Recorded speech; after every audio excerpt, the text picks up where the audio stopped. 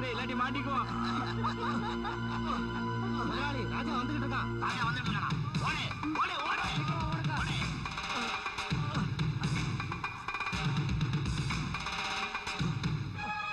சித்து சித்து கொஞ்சம் குத்து யாரு? ராஜா சித்து இங்க இருந்து போயிடு. உனக்கு ஆபத் இப்போ சேது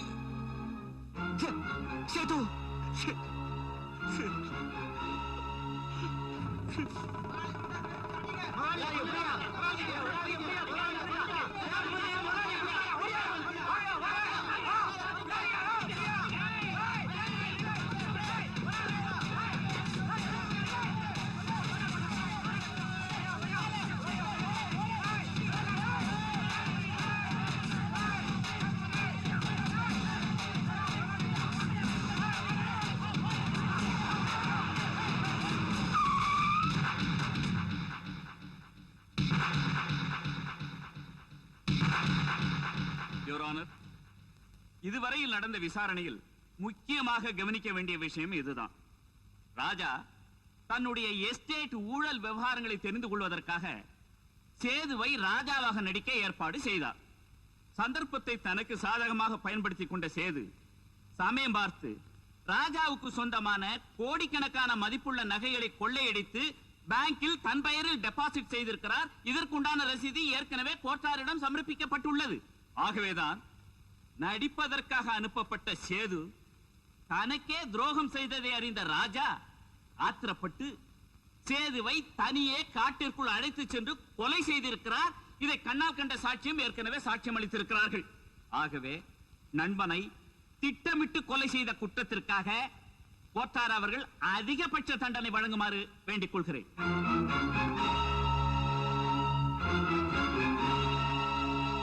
நண்பனை திட்டமிட்டே ராஜா கொலை செய்ததால் குற்றம் சந்தேகத்திற்கு இடமில்லாமல் நிரூபிக்கப்பட்டு விட்டது. ஆகவே EPCO 302வது செக்ஷன் படி அதிகபட்ச தண்டனையான மரண தண்டனையை ராஜாவுக்கு விதித்து தீர்ப்பளிக்கிறேன்.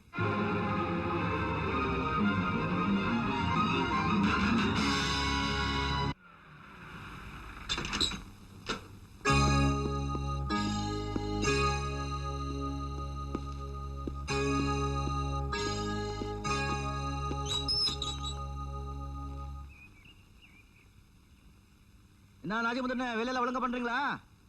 நடக்குது சில்ராஜ். நீ ஏன் சும்மா படுத்திருக்க? கால் மேல கால் போட்டு படுத்துக்க. மறந்துட்டேன்.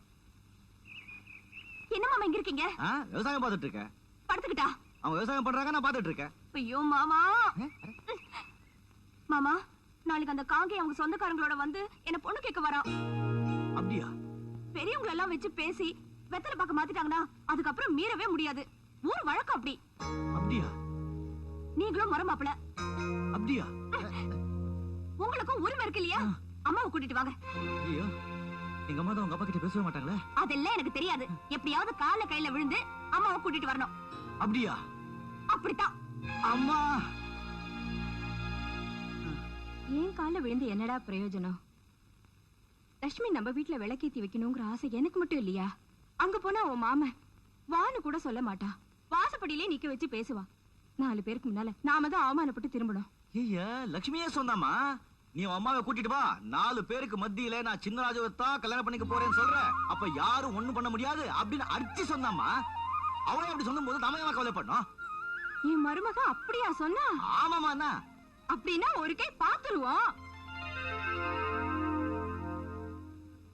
ஏங்க நலமுத்துக்கொன்ற நீங்களே பேசிட்டு இருந்தா இப்படி? உங்க சம்சாரத்துடைய தம்பி கங்கையன் உங்க பொண்ணை கல்யாணம் முடிச்சுக்கிற கேட்டு வந்து உட்காந்துருக்கான்ல, உங்க அபிப்பிராயம் என்ன?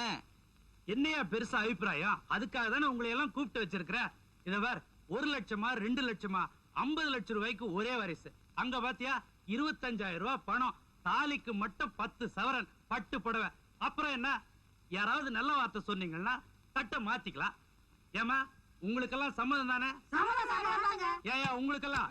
அப்புறமா வில்லங்க சொல்லக்கூடாது, சொல்லிட்டேன்.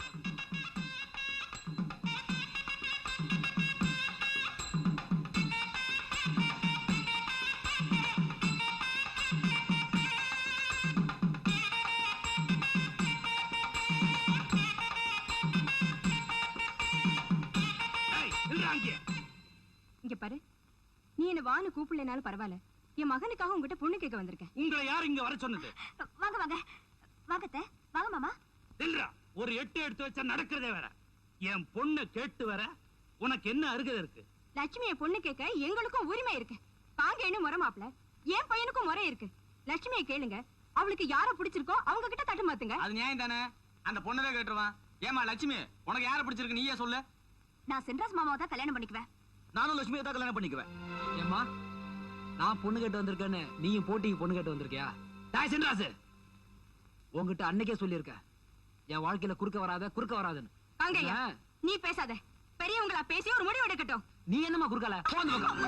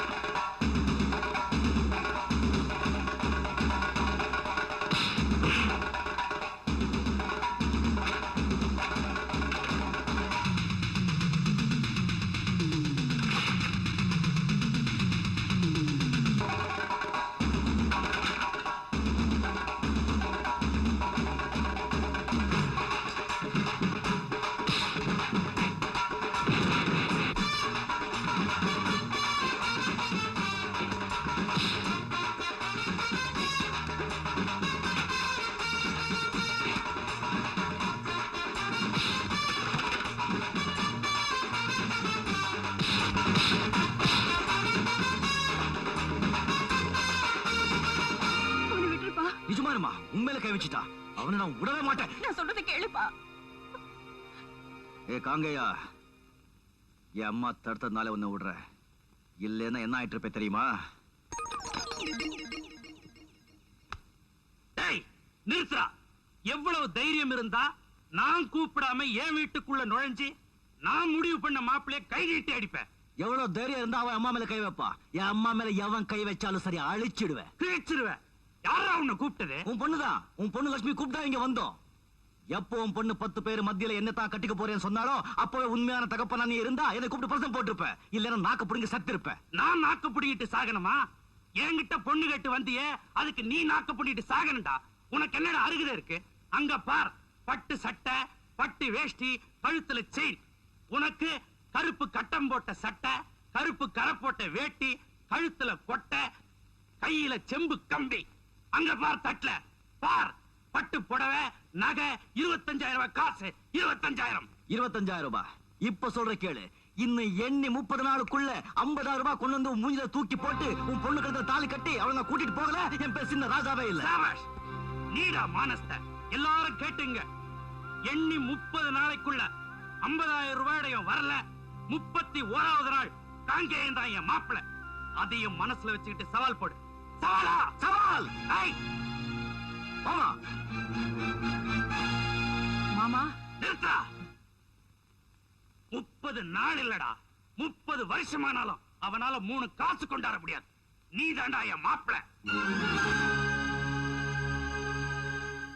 மிஸ்டர் மாதவன், நாளைக்கு சுதந்திர நாள். கைதிகள் எல்லாம் சுத்தமா ட்ரெஸ் பண்ணி பத்திரமா கிரவுண்ட் கூட்டிட்டு வாங்க.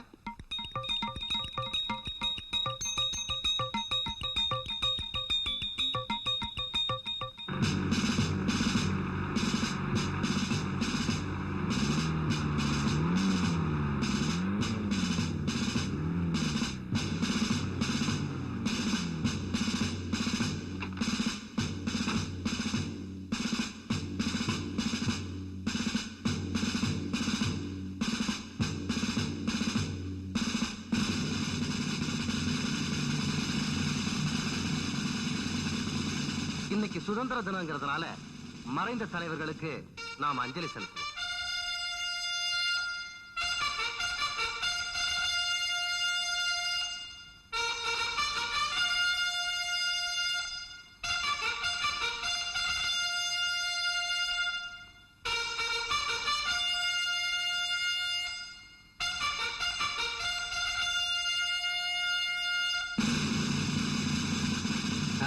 எல்லாருக்கும் ஸ்வீட் கொடுத்துடலாங்களா? கொடுத்துடலாமே. குழந்தையை காணுங்க. குழந்தையை காணுமா?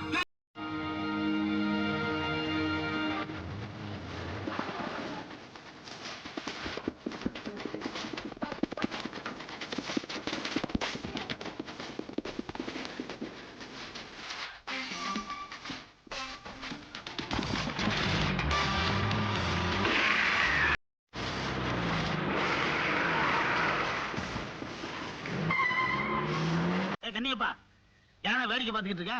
இதுக்குதான் புதுசா கல்யாணமான பசங்க வேலைக்கு வச்ச கூடாது. வேலையெல்லாம் வீட்டோட சரி. அண்ணே வணக்கம் அடடே, அண்ணே வணக்கம் சிந்தா இனியா எந்திர எந்திர எந்திர. அண்ணே நான் வேலை செய்ய போறேன் அண்ணே. அப்படியா? நல்ல வேலை, இப்பவாவது வேலை செய்யணுங்கிற எண்ணம் வந்துச்சே. அதாவது அண்ணே என் அம்மாவுக்கு நான் ஒரே புள்ள, எனக்கு ஒரே அம்மா. 2 பேருக்கும் நம்ம நிலத்துல வர வருமானம் சரியா போயிடும். இப்போ ஒரு பிரச்சனை ஆயிடுச்சு. என்ன பிரச்சனை? நான் கல்யாணம் பண்ணிக்க போறேன், அதுக்கு ஒரு 50,000 ரூபாய் பணம் வேணும். என்னது 50,000? ஆமாண்ணே, நான் வாழ்நாள் பூரா வேலை செஞ்சு கழிச்சிடுறேன். என்னடா 50,000 சாதாரணமா சொல்ற?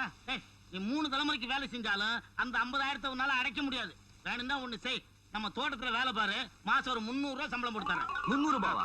கட்டுப்படி ஆகாதுண்ணே, கட்டுப்படி ஆகாது. நான் சொல்றதை சொல்லிட்டேன், நல்லா யோசனை பண்ணி உங்ககிட்ட சொல்லி அனுப்புங்க, நான் வந்து வேலை செய்யறேன். வர்றேன். என்னடா இது? நான் என்னமோ இவங்கிட்ட போய் வேலை கட்டமான்னு பதில் சொல்லிட்டு போறான். எங்க அப்பா சொன்ன டைம்குள்ள உங்களால பணத்தை கொண்டாந்து கொடுக்க முடியாது. நான் கொஞ்சம் நகையை கொண்டாந்து கொடுக்குறேன். அது ஒரு 50,000 ரூபாய்க்கு வித்து எங்க அப்பா கிட்ட கொடுத்துருங்க. நம்ம கல்யாணம் நடந்துரும். நானும் சம்பாதி கொடுக்கறதா உங்க அப்பா கிட்ட சவால் விட்டு இருக்கேன். காங்க வேற ஊரெல்லாம் பத்திரிகை கொடுத்துட்டு இருக்கா. கல்யாணம் முடிஞ்சதுக்கு அப்புறம் சொத்தெல்லாம் நமக்கு தானே. அதனாலதான் சொல்றேன், பணத்தை வாங்கிக்கங்கன்னு. முடியாது முடியாது முடியாது. அப்படின்னா ராத்திரி 12 மணிக்கு தனியா வீட்டுக்கு வாங்க. ராத்திரி 12 மணிக்கு? அதுவும் தனியா ஒரு ஆம்பளை வெளியே வருதா? நான் மாட்டேன். மாமா, ஒரு முக்கியமான விஷயம் பேசணும். என்ன முக்கியமான விஷயம் பேசணும்? நீங்க வாங்க, நான் சொல்றேன். இப்படி சொன்னா நான் வர்றேன்.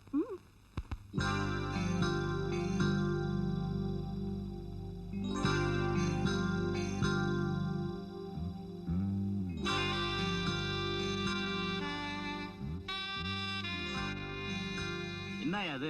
நம்ம டிபார்ட்மெண்ட்டுக்கே சவால் விட்டுக்கிட்டு இருக்கான். அவனை எங்க தேடினாலும் கண்டுபிடிக்கவே முடியலையே. நம்ம 2 பேரும் தான் வீதியெல்லாம் சுத்திக்கிட்டே வர்றான், அவனை காணோம். ஒருத்தன் வரான், அவனை கேப்பமா? அவன் தானே? இல்லையா?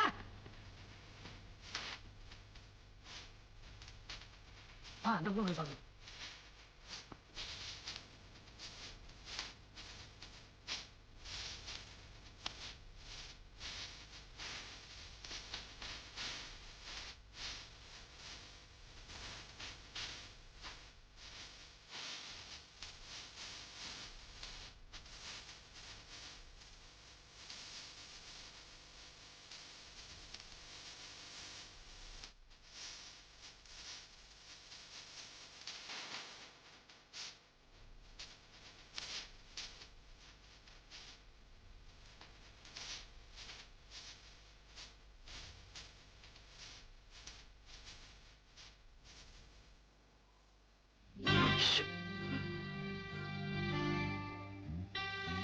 சத்தம் போடாதீங்க, எங்க அப்பா உள்ளதா இருக்காரு.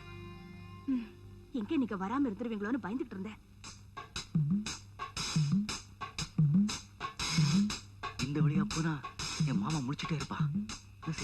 மேல் வழியா போயிடுறேன். இதுக்குள்ள 50,000 ரூபாய் பணம் இருக்கு. நாளைக்கு காலையில இதை எங்க அப்பா கிட்ட வந்து கொடுத்துருங்க. உடனே நம்ம கல்யாணம் நடந்துரும். கல்யாணம்? அந்த காலத்துல எங்க அப்பா உங்க அப்பாவை ஏமாத்தி தான் பணக்காரரானாரு. அதனால இத உங்க பணம்னே வச்சுக்கோங்க.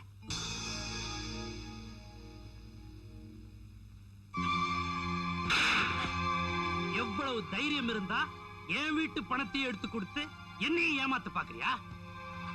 ஏன்பா சின்னராசு, அன்னைக்கு என்னமோ பெருசா எல்லார் முன்னாலையும் 50,000 ரூபாய் எடுத்துட்டு வந்து கொடுக்கறேன்னு சவால் விட்டு போனியே, இன்னைக்கு இந்த இருட்டு நேரத்துல திருட்டுத்தனமா வந்து என் வீட்லயே பணத்தை அடிச்சுட்டு போலான்னு பாக்குறியா? இதோ இப்பவே போலீஸ்க்கு போன் பண்ணி உன்னை புடிச்சு கொடுக்கணும் இல்லையா பார்.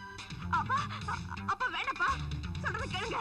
அப்பா ப்ளீஸ் வேணப்பா. அப்பா ப்ளீஸ் பா, வேணாம்.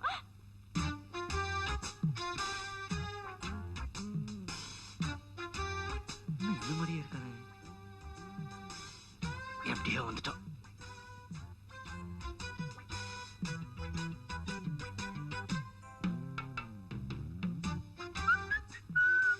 லக்ஷ்மி, என் லக்ஷ்மி. லக்ஷ்மி, இவன் இன்னும் போகலையா? போலீஸ் வந்தாதான் போவான். லக்ஷ்மி, என் லக்ஷ்மி. கத்தாதீங்க. இப்ப என்ன லட்சுமி லட்சுமிங்கிறீங்க? பணம் கொடுத்தப்ப வாயிட்டு போக வேண்டியதானே? பணமா? ஐயோ, அப்பா போலீஸுக்கு போன் பண்ணிட்டு இருக்காரு. போலீஸா? நான் தப்பண்ண? போங்க மாமா. ஐயோ, இதே பயப்படுமா? நான் தப்பண்ண? சரியா என்ன சொல்லிட்டாங்க? எப்பவுமே போலீஸை பிடிச்சு கொடுக்க சொல்றியா? அதெல்லாம் ஒருவே மாட்டேன் சொல்ல. நம்பவே கூடாது. அதனால்தான் இந்த 16-17 வயசு பொண்ணுங்களை நம்பவே கூடாதுங்கிறது. நான் வர்றேன். சிவப்பு சட்டை தானே போட்டு வந்தாரு, இப்ப கருப்பு சட்டையோட போறாரு. எப்படி?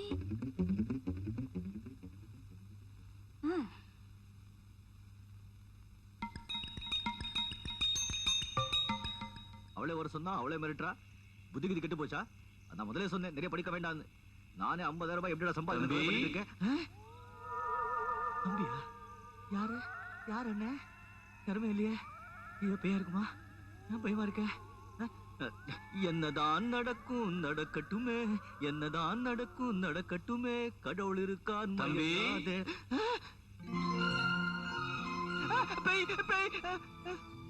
பேய் இல்லப்பா, நானும் உன்ன மாதிரி மனுஷன் தான். நீ என்ன மாதிரி இருக்கிய? ஒருத்தர் மாதிரி ஒருத்தர் எப்படி இருக்க முடியும்? அதான் எனக்கும் ஆச்சரியமா இருக்கு. எனக்கு பயமா இருக்கு. காலை காட்டு. மனுஷன்தான் இருந்தாலும் நாளைக்கு காலையில வெளிச்சத்துல பாக்குற. வட்டா அப்போ உனக்கும் லட்சுமிக்கும் கல்யாணம் நடக்க வேண்டாமா? உனக்கு எப்படி தெரியும்? அந்த 50,000 ரூபாய் பிரச்சனையும் எனக்கு தெரியும். ஆமாப்பா, நானும் தேர்தல் சவால் போட்டேன். இப்போ என்னடா ஊர்ல ஒருத்தன் கூட வேலை கொடுக்கல பரவாயில்ல, ஒருத்தன் கூட பணம் கொடுக்க மாட்டேங்கிறான். நீ மட்டும் நான் சொன்ன மாதிரி செஞ்சுட்டேன்னா 50,000 ரூபாய் இல்ல 50 லட்சம் தர்றேன். 50 லட்சமா? வேண்டாம் வேண்டாம், எனக்கு 50,000 ரூபாய் கொடுத்தா போதும். நான் லட்சுமியை கல்யாணம் பண்ணிக்கிறதுக்காக உயிரே கொடுக்க தயாரா இருக்கேன். நீ உயிரை கொடுத்துட்டேன்னா லட்சுமி எப்படி கல்யாணம் பண்ணிக்குவேன்? நீ ரொம்ப புத்திசாலியா இருக்கே. நான் என்ன செய்யணும் சொல்லு. எனக்காக நீ ஜெயில 15 நாளைக்கு இருக்கணும். ஜெயிலா? அப்ப நீ திருடனா? அம்மா அம்மா, என்னை பார்த்தா திருட மாதிரி தெரியுதா உனக்கு? இல்ல, நான் செய்யாத ஒரு குற்றத்துக்காக என்ன அநியாயமா ஜெயில போட்டாங்க. நான் தப்பிச்சுட்டு வந்துட்டேன்.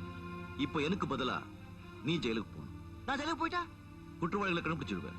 நீ குற்றவாளிகளை கண்டுபிடிச்சிட்டா உனக்கு லட்சுமிக்கு கல்யாணம். எனக்கு லட்சுமி கல்யாணம், எனக்கு லட்சுமி கல்யாணம். இப்ப நான் என்ன செய்யணும்? கிட்ட இருக்க பொலிட்டிஷியன் போ, அவங்களும் பிடிச்சுக்குவாங்க. இப்ப இருட்டா இருக்கு, எனக்கு காலையில போறேன். ஆனா ஒண்ணு, எனக்கும் லட்சுமிக்கும் கல்யாணம் நடக்கும் போது அந்த திருட்டு பையன் மாமனை மட்டும் உள்ள விடக்கூடாது. என்ன? நான் வரட்டா? அம்மா, நீ நிச்சயமா 15 நாளுக்குள்ள வந்து என்ன விடுதலை ஆக்கிடுவே இல்ல? அந்த சாமி மேல சத்தியமா 15 நாளுக்குள்ள வந்து நான் ஒன்னு விடுதலை ஆக்கிடுவேன். சாமி மேல சத்தியமா வா. நாளைக்கு காலையில நான் பொலிட்டிஷியன் போயிடுறேன். நீ போ. ஏன் நிக்கிற? போ, குற்றவாளி கண்டுபிடி. போ, முடிஞ்ச மாமனையும் சேர்த்து உள்ள போட்டுடு. எனக்கு லட்சுமிக்கு கல்யாணம், எனக்கு லட்சுமிக்கு கல்யாணம்.